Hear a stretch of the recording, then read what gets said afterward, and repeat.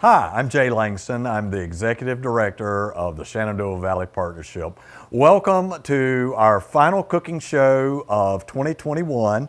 Today, we're streaming live from Wade's Mill, a historically significant operation that represents what is so important for the industry in the Valley. It's our food and beverage and our agrarian economy. This is our final cooking show for 2021, and it has been fun showcasing the food and beverage sector this year. I want to give you a couple of highlights and actually it's going to be more than a couple of highlights, but some highlights from the year, plus since August. Just recently, we had two major wins in the food and beverage sector. The first is Cava, who announced a major manufacturing facility to serve their restaurant chain.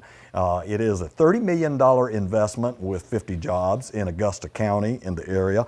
We've also announced Veronese, an Italian premium meats producer who this is going to be their first operation in the U.S., both the manufacturing, R&D, and headquarters operation. 100 million, well, 105 million to be exact, operation with 150 jobs, just announced last month, as a matter of fact. We also thought, for those of you who have not been with us the entire year, we'd do a little recap of what we've done thus far. In February, we started off with making cookies with products from the Valley. Hershey's was very prominent in that in many ways. And we talked about the importance of the food and beverage and also the workforce. We had an employee from Hershey's talk to us, and we had Sharon Johnson, the director of the Workforce Development Board, to be with us. In May, we grilled farmer-focused chicken tacos. We actually had one of the founders join us and talk about the, let's just call it, multi-million-dollar expansion that they're undertaking right now with their organically grown chicken and what they are doing in the Valley as well. In August, we made granola bars, celebrating the kids going back to school, making a snack, and talked about, again, the workforce, but actually had a presentation from Blue Ridge Community College, our president from that community college, also James Madison University, in the unique partnership of them working together to create a workforce initiative that allowed us to retain Merck and actually get a $1 billion expansion in the area. And finally, in November, we are going to make cornbread today. We're going to learn about sort of the agricultural heritage in the Valley and how important it is not only for our food and beverage sector, but for the quality of life that we have here in the Valley. Today, we are on location in Rockbridge County. We're very close to Buena Vista, and it is Buena Vista here in the area in the city of Lexington. And we're surrounded and very close by 3 universities in just the southern part of the region here. Virginia Military Institute, the Washington and Lee University, and Southern Virginia University. Serve the industries here in this part of the area.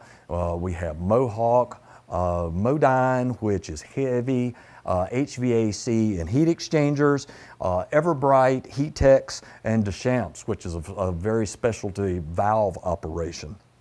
And so what I want to show you is this is what we'll be working with today. Here are the products that you were shipped. I hope that you found the chili recipe met your expectations, which is what we have here. And these will be the products that we're going to use for the cornbread today. So I'd like to introduce the owners of Wade's Mill. This is John and Karen Siegfried. Nice to meet you. Very pleased to meet you. Thank you much for hosting us today.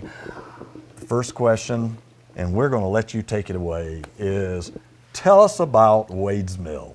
Tell us the history. Tell us about all of what you have here, and I will go on from there.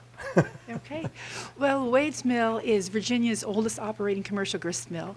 There was a mill on site by 1750, and it was founded by a Scots-Irish immigrant, Captain Joseph Kennedy. He and his wife Elizabeth emigrated from Northern Ireland to Philadelphia in 1733, and then worked their way down into the beautiful Shenandoah Valley.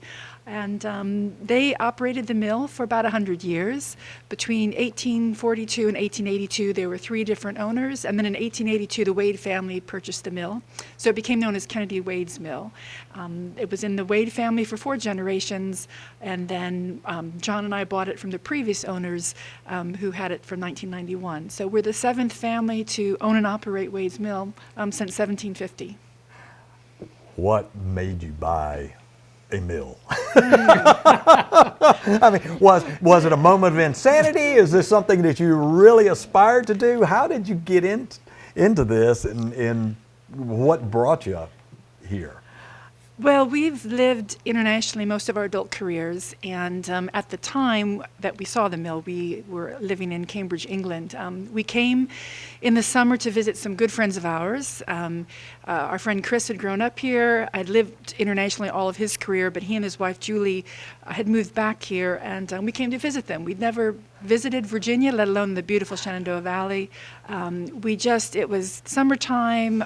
We came from very flat Cambridge, England to the beautiful mountains and just fell in love with it. We liked the people we met, the scenery, just the lifestyle. It seemed like a great place to be. We went back to Cambridge, and then our friends called us a couple months later and said, guess what? The mill down the hill is for sale. And we thought, well, why not? It's just some things fall into your lap, and you just have to take that opportunity and go with it.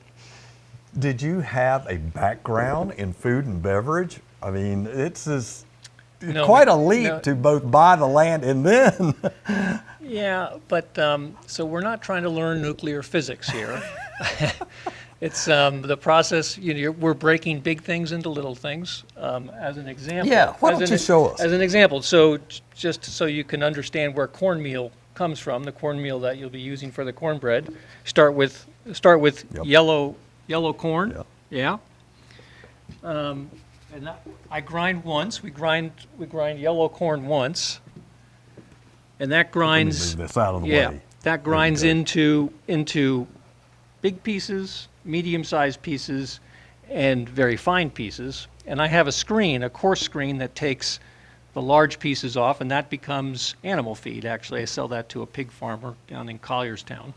I have a very fine screen that takes off the corn flour, and what's left in the middle is grits.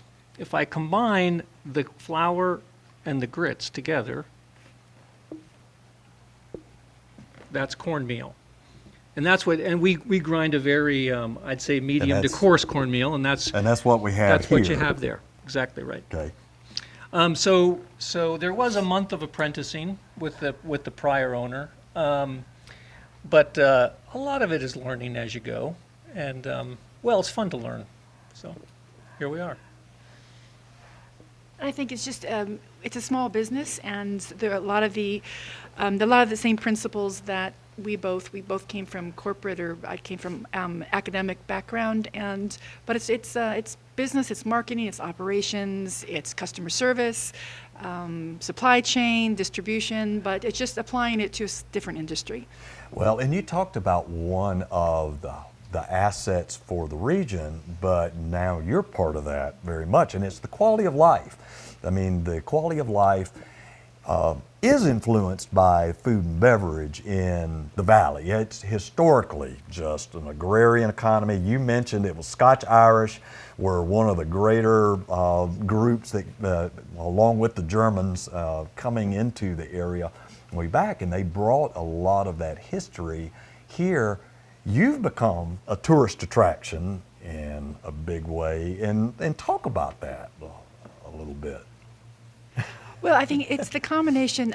We definitely are a tourist attraction. The mill is on the National Register of Historic Places and the Virginia Landmarks Register, so people like to see old things. It's something that predates the founding of the United States. But I think once they get here, they also, John gives tours and explains the grains, explains how it works. A lot of people have not thought prior to coming here where their food comes from, or how they get their bread on the table, where that bag of flour comes. A lot of people haven't seen corn or buckwheat or wheat in its natural state. So I think it's great to help educate people about that chain from the farmers to the millers to the bakers and restaurants, and then they also, it's a beautiful area. They can go up the hill to the Rockbridge Vineyard and Brewery. There are lots of other. Who we'll be actually interviewing later on in the show here. There are a lot of other food producers in the local area, so you can source an entire meal. Probably within a 10-mile radius, and so it's just such a productive area of the valley, and it's really helped us establishing the business here, or growing the business here, when there are other places of interest you can send visitors to. It's quite a it's not something that we anticipated, but when you own a small business, the community wants you to succeed. There is a real, you immediately become part of a network, and there's help everywhere you look to help your business become successful. Yeah. John, we were talking about this before we actually started the show, but talk about the operation of the mill, how it actually works, since this is an old grist mill, and something we were talking about is near and dear to my heart because my granddad used to run a corn mill. Of course, it's changed a little bit in 270 years, but raw material is, we source our raw material regionally, so southern Pennsylvania down to North Carolina are the farms that we source from. We know the farms, we know the farmers, so we know the quality of the product that's coming in. When it comes into the mill, you're constantly raising material up in the mill, and then using gravity to help you sort out big pieces from little pieces. So initially, raw material comes in up to the top floor. That's where we store it. I don't have to clean. In the old days, they would have had to clean the wheat, separating the wheat from the chaff. Nowadays, my grain comes cleaned and bagged, but it still goes up. I still carry 50-pound bags most days up to the top floor. So I don't have my workout that day. I just carry those 50-pound bags. That's a good substitute, so then it comes I'm down. sure. Then it comes down. It comes down to be milled on this floor. So this has always been the milling and packing floor. It is today. When you mill wheat, you have bran, wheat germ, and flour all mixed together. So back up. I don't use a grain elevator any longer. When we run the water wheel, you can see some of that old grain elevators and some of that equipment working. Today, I blow it all upstairs. So it's kind of a contained system. It goes into a sifter, as I explained with the corn, and we separate big pieces from little pieces. So the bran comes off, the white flour comes off, and the germ with wheat, the germ is the middle piece. So yeah, that's the process. All the production is done here. It's just Karen and I running the business, and then we pack and ship off. And we supply to restaurants in Harrisonburg, Charlottesville, Lexington, Stanton. We ship to DC and Virginia Beach quite a lot.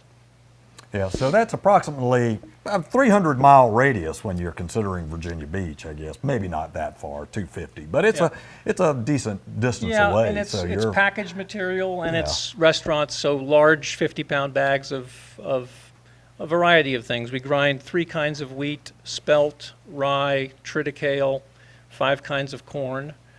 You want to show some of the other products? I know the Grain Alliance is... So the only thing that we grind here, we grind grains. So grist is grains. The only thing that we grind that's not a grain is this material here. I always have a little competition when people come, and I show them all the different grains, and I say, do you know what that is? And almost nobody knows what this is. So this is buckwheat. so it's kind of misnamed. It's not doesn't have anything to do with wheat. This Wheat is at the all, seed of huh? a flour, and we grind it grinds up into a grayish flour that people use in pancakes. Out here in the hills, a lot of people like just plain old buckwheat cakes. Yep. It's an acquired taste. Let's just say that. And thanks for letting everybody know that. Yeah. So our buckwheat pancake mix is about 30% buckwheat flour and 60%. So it's a little more edible. All-purpose flour. Okay. Yeah. That's You mentioned the grits earlier. Why don't you show them that too? Because that Yeah. goes back into the. So grits are a lot of people don't know that grits are even corn. Corn, exactly. And here in the South, most people would be eating white grits. So there is kind of a dividing line. As you go further north, more and more people eat yellow grits. Further south you go, it's white grits. We grind coarsely, so our grits are. And we provide this to quite a few restaurants in Lexington, Stanton, Charlottesville. A lot of restaurants will use our grits for their shrimp and grits. We grind another kind of corn, a Virginia beach corn called Bloody Butcher corn. It's a variety. So some of our products are heirloom products, and that grinds up into a very reddish grit, and it's quite striking on the plate. When you have that as a side on your dish. Thank you. I appreciate it very much. We're going to do the cornbread now. Okay. You can stay and help me, or you can exit. I'm going to have you back later, whatever you'd like to do. I think we'll exit so we don't get in your way. Yeah. Fortunately, it's not that complicated, so really appreciate it. Okay, we're going to make the grits now. And for those of you who were with us last time, we're going to go slower. This is an easier process as well. So what I'll do is I'm just going to mix it in one large bowl, and I'm going to measure out the cornmeal mix here, which I've already got 1 cup done, and it takes 2.5, which in this case is perfect. I measured one of these out earlier and it was closer to 3 bags. So just put that in. And then I'm going, so that I don't forget, I'm going to go ahead and put the egg in. And I like putting all of the ingredients in at one time. And of course I dropped a shell in there, but I found it and got it out. Buttermilk, and you have to use buttermilk for good cornbread. And 2 cups. I'll set this over here. And then the oil. And I learned a trick doing this the other day. If you're using a tablespoon, pour the oil first and use the tablespoon, because when you go to put in the honey, you can use the tablespoon and it will just come right out of the tablespoon. So then put in the honey. And for those of you who have been with me from the very beginning, I'm going to look at my recipe card because I don't want to leave out the chocolate chips like I did in the cookies on the very first program. Mina said that was the best part of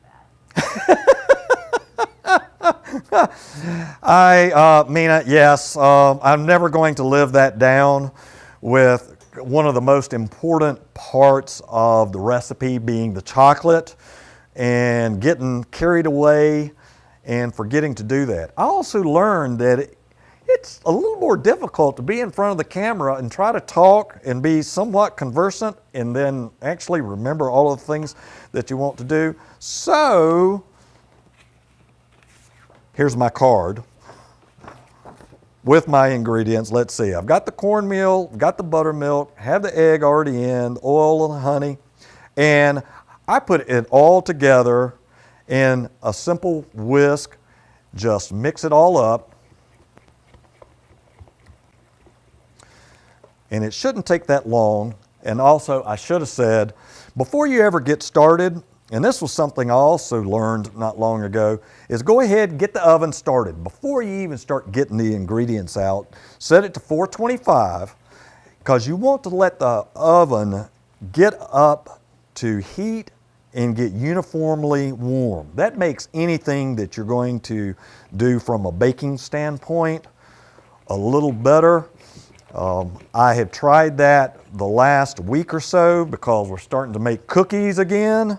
And I actually made those cookies that we made in February again, and they were fantastic. And no, I didn't forget the chocolate, but I made them identically to what we did then, and then it worked.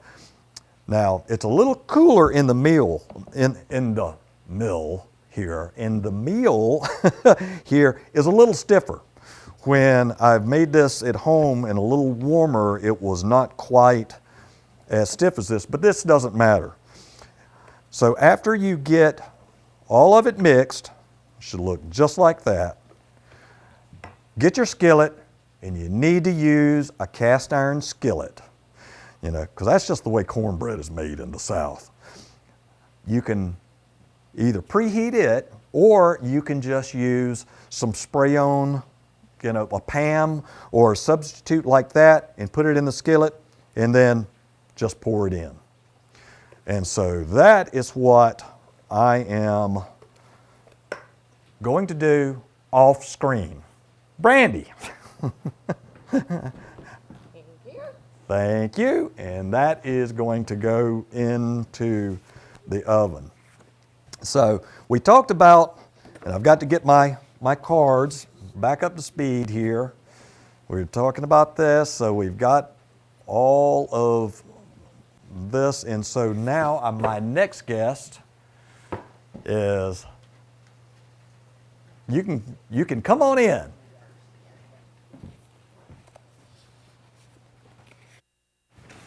Hello. It is good to meet you. Introduce yourself I'm to, April Anderson.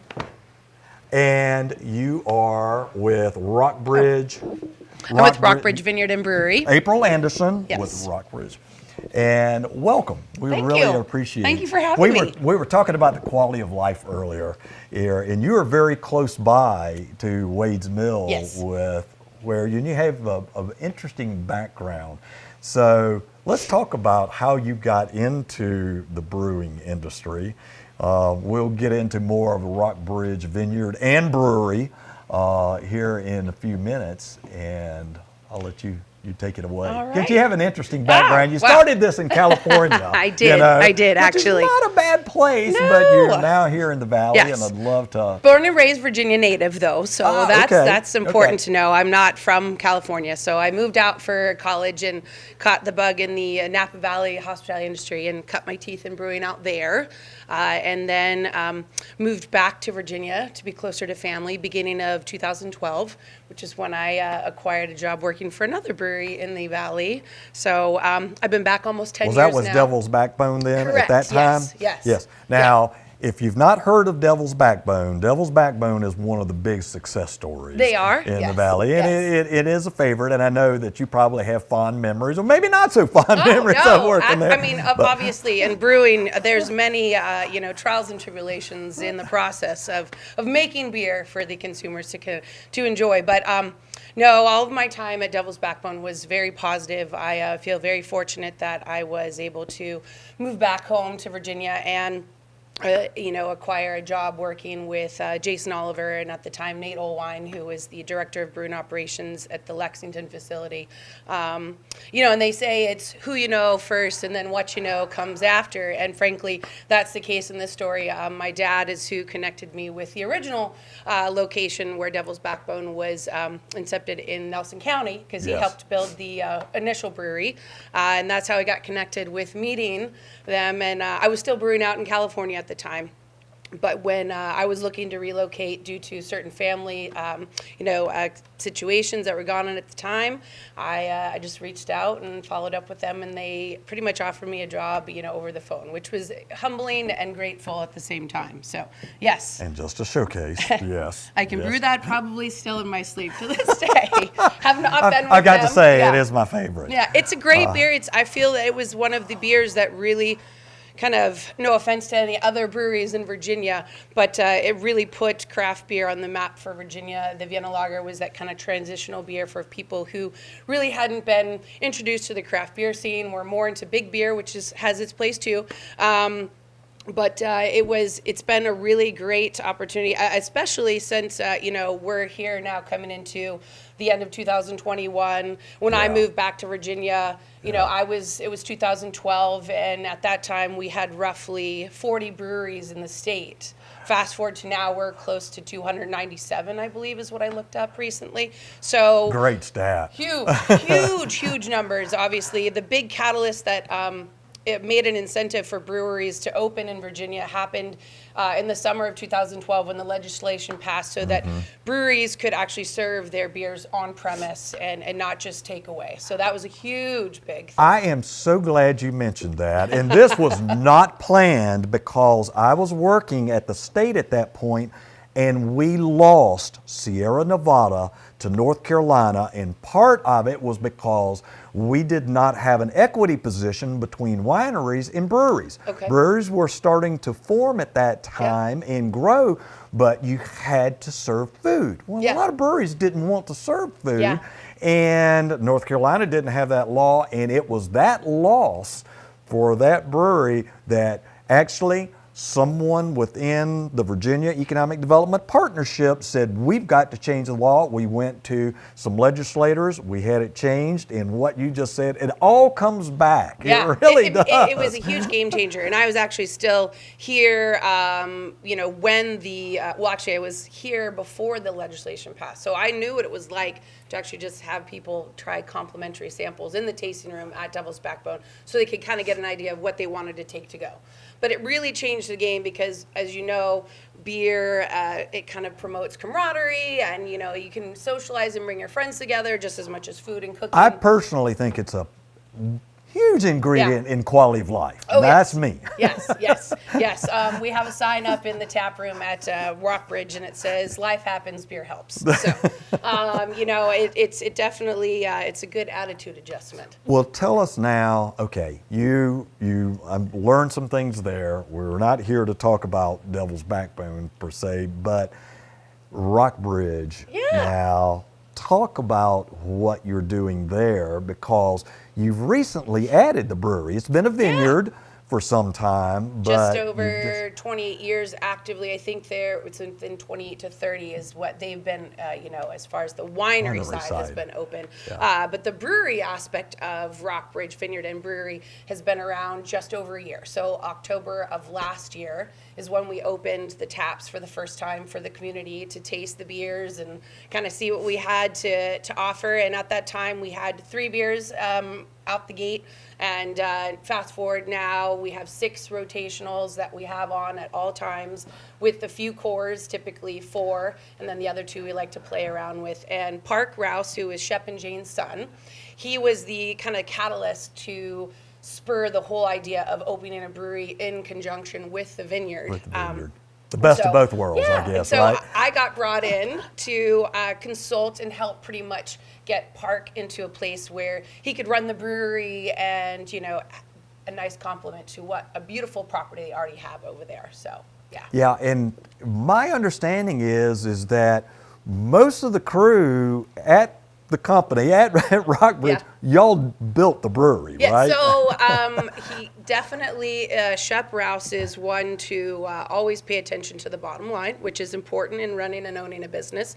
But he was very adamant about sourcing as much of the work and labor through himself, his son, and then the local community, as well as some of the staff. And so, yes, you are correct in that the majority of the brewery was built with just them. Now, they did have the proper technicians come in to hook up certain electrical and that, which they're not, Right. good at, or they're not licensed.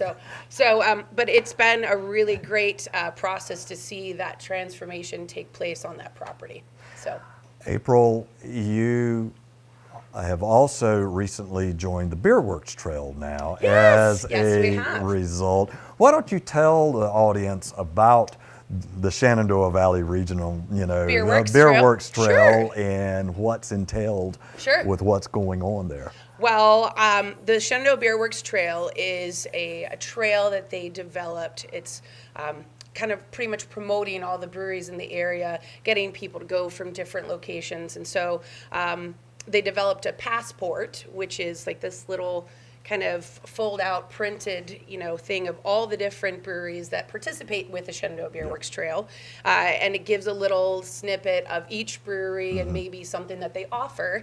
But on this passport, you have these squares where you stamp pretty much a stamp on it at each place that you go. And once you fill up your passport, you get to send it in, and they send you a T-shirt in your size, and you get to participate and rock the whole I drank in the Shenandoah Beer Works.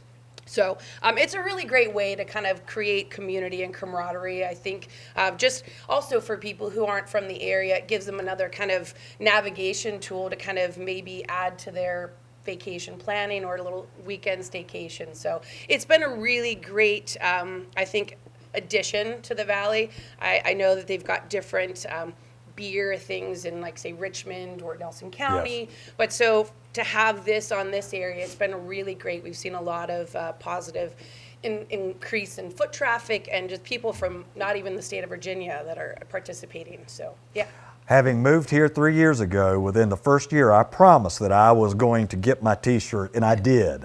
And it was worth every penny that I spent on the beer at the different breweries. Well, they do it to go every around year. do that. I know, and they do it every year now. And So I they get a different shirt every year. I've got a different shirt. That's right, exactly. So- But I think it does speak to a lot of the camaraderie, though, because it is a close-knit community. I think that's one of the aspects. A lot of people in our business have laughed about, the microbreweries and the growth, but it also talks to the entrepreneurial spirit in so many places of how you're creating something and you're creating an asset and you're making a successful business out of that. Talk about some of the other things that you do at Rockbridge, winery and the brewery that helps the community, because I think y'all probably do music. You probably We have do. festivals. I think you did was it an apple butter? So the Apple Butter Festival? Festival is actually here at the mill. Okay, at So the that mill. was I'm here at getting them Wayne's. mixed up. I'm That's sorry. okay, I'll have to that's okay. I'll have to I'm get here the to sixth keep breeze you and talk about good luck. But no, Rockbridge does 2 major festivals every year. We do our Summer Breeze Festival, which goes and supports the local SPCA. And then we have our Harvest Festival, which is in October, which is obviously post-harvest, mainly the vineyard side of the harvest, and we invite the community to come out, participate. The Harvest Festival is a little bit different in the sense we typically have grape stomping, hay rides, we've live music, like you said, and every Sunday from 1 to 4, we have live music. So even throughout the winter months, it's a really nice way to kind of know on your calendar, what should I do this Sunday? Oh, wait, Rockbridge has beer and wine, and they have music every Sunday from 1 to 4. So it's a really good thing to keep in mind for the future. But they're, Jane and Shep and Rockbridge, they are very much involved with the community, just like John and Karen here at Wade's. They're involved with many local outreach programs, and it's really inspiring to be a part of a community and to be a part of the inception of a project at Rockbridge, getting the brewery to where now we're running and serving beers, and it's nice to see a lot of people come back and, get a little upset that one of the seasonals is no longer available, and, and it seems to be the case with all of our seasonals. Everyone likes the next one. Everyone so. likes one, and then Yeah. when it disappears, it's like, oh my gosh, I know. where did it go? It's like they lost their favorite, toy as a child. child or something, or their dog or something. But you know what? That just means we're doing the It's right thing. personal, yeah. And you know, but we do have, like I said, 4 beers that we typically have all year round. Our hazy IPA, which I call responsibly hazed, is always on tap. The pale ale is typically always there, as well as a porter, and then we also have a lager, a pilsner, which right now we have a dry hopped lager on, which is doing very well. So yeah. How do you, before I let you go, what's the inspiration for some of the beers? I mean, it's not just pure experimentation, I wouldn't No. think, because No. that sounds like it would be a disaster. There is experimentation, because obviously that's how we've gotten newer styles. You know, obviously the craft beer industry has operated very much on trends and styles of nature, but there are also those recipes that have stood the test of time for a reason. You know, from the original back in the day when beer was being brewed, you know, from across the pond, and of course there's a reason why they have lasted. Obviously, what goes into it is very similar with cooking. You know what flavors go well together. You know what Yep. complements each other. Yep. And the way I like to explain it in layman's terms, I always use the whole reference of like baking a batch of cookies. In I can every, appreciate that. Yeah, Yeah. in every batch of cookies, you always have your staples, your flour, your Yep. sugar, your butter, and then when you get to the specific type of cookie that you want it to turn into at the end, you add your specialty ingredients. So pretty much that's what it is with beer. You have your base malt and your things that go into pretty much that recipe, and then depending on where that beer is going to go, whether it's going to be a porter or if it's going to be a Vienna lager, and it also depends on the yeast strains, but we won't go into that. But you would add those. Well, there's a lot of specialty- chemistry. Yes, Yeah, there's a there lot of is science. chemistry. There is, Yeah. and there's also an art form to it. So you Yeah. have to find that balance where you respect the science, but you also let that art kind of take place. But yeast is the most important thing of making sure that you have great beer at the end. If you keep it happy and you handle it well, you'll have great clean beer to show for in the end. And I'm sure it's gratifying when you see so many people enjoying it at the end of the It day, is. right? I mean, isn't that one of the reasons why you love to cook? You know, you get to see people just Absolutely. having that warm feeling that like someone just gave you a big hug, you know, that just sensation of just making someone feel good. And brewing is an extension. I mean, I grew up in a kitchen, so it's just a part of that. I always joke and say I'm a glorified janitor, and I clean more than anything, but I have something to show for my work at the end of the day in the glass. So it is very rewarding, and you know, I think beer is a celebratory beverage that's meant to be shared on all different occasions, and I'm just fortunate that I get to be a part of it. What would be best with our cornbread and chili?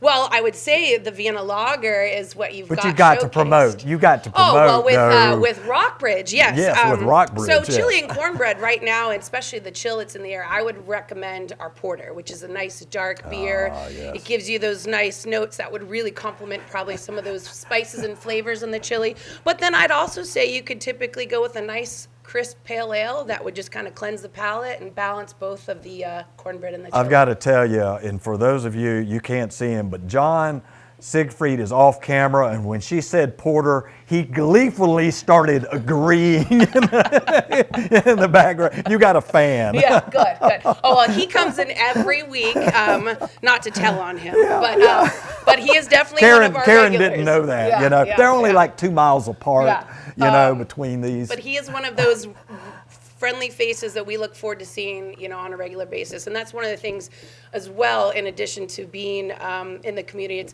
it's nice to see those faces come back after time and time and, you know, keep those relationships building. So Are y'all open now? I may have to stop by on the way back to the the winery office. is open. The tasting room is open. The tap room isn't, but we do have crowlers, which are the 32-ounce cans of beer to go.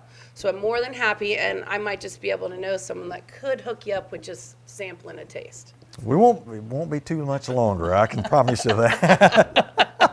Thank you for making me Oh, thirsty. yeah, of course. Thanks for It's my job. talking about one of my favorite things in the Valley, because Yes. I have tried to sample all of the breweries here, and fortunately they're popping up.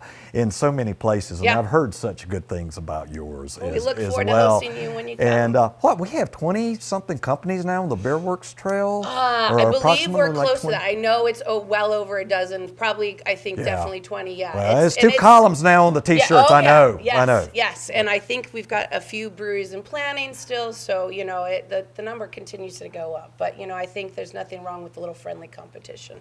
April, thank you so much. Thank you so Really much. appreciate you joining. Pleasure. Sorry for the cold hands. Oh, that's but all right. We'll get a nice warm chili and some cornbread. You'll get it right away. Thank you. All right, I've got to check to see where I am on things.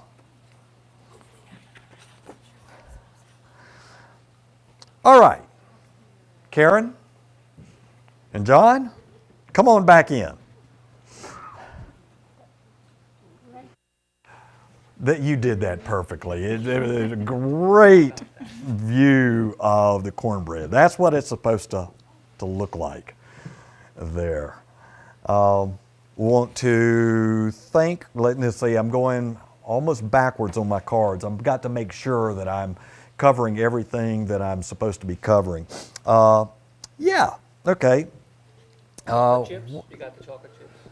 I got the chocolate chips this time, definitely. Yeah, that's just one of those things that you can't believe something was missing when I was doing that. But we got it worked out. Really appreciate what y'all are doing here, and it was a lot of fun for us to talk about. I need y'all in a little more. It's always fun to talk about sort of the assets that are here in the Valley. And I'm so sorry that I didn't ask you about the Apple Butter Festival that you have put on. Do you want to talk about that for a second? That's the marketing department. That's the marketing department. Is it Karen? Is that you? That's me. That's me. So, like- well, we do an annual Apple Butter Festival. It's always the third Saturday in October. A neighbor up the hill who's famous in the valley for his apple butter. He only makes it once a year at this festival. It's a 130-year-old copper pot, starts the fire at 5 in the morning, long-handled paddle. Everybody has a chance to stir. So that's the main focus of the festival. But we also have a lot of local food and beverage vendors from the valley, a lot of local artisans and craftspeople, music, bluegrass music, 2 bands this year. And I think this year we had over 2,000 attendees throughout the day. That is fantastic. Well, it's great. We have a nice property here. It's all outside. We could space people at good distances, but it's a great family event. You buy your fresh apple butter, taste some of the local beer, wine, food, and local products, and it's just a good day out in the country in the beautiful Shenandoah Valley. Karen gave me a great segue because, first of all, they have like 250 beautiful acres here surrounding the mill. But you're also describing some of the quality of life things that we don't take for granted, but we truly appreciate, because you can go almost anywhere. You can go to the farmers markets, you have produce stands, you have companies like yours that are producing products. Food in the beverage sector is just so important because of the agriculture, and there's just so many opportunities to take advantage of that. So appreciate what you're doing in that regard. So I am going to wrap it up here. I want to thank you for joining us on our show. This is our final of the cooking shows for 2021, and we are going to change it up a little bit next year. Instead of doing all food and beverage, because we're not just all food and beverage here in the Valley, we are going to take a little different tact on what we're doing. You're still going to get ingredients. We're still going to send you locally products, but our first show for next year will be with Dynamic Aviation. And you're going to find out more about what Dynamic Aviation does and is doing, and particularly a program that they have initiated called Next Gen Aviators. It's just a phenomenal program in the workforce. And I believe that is it. If there is nothing else that we have, do we have any Any questions at all? Thank you so much for joining us. We are going to cut some cornbread. We are going to spoon chili, and we bid you adieu. Thank you so much.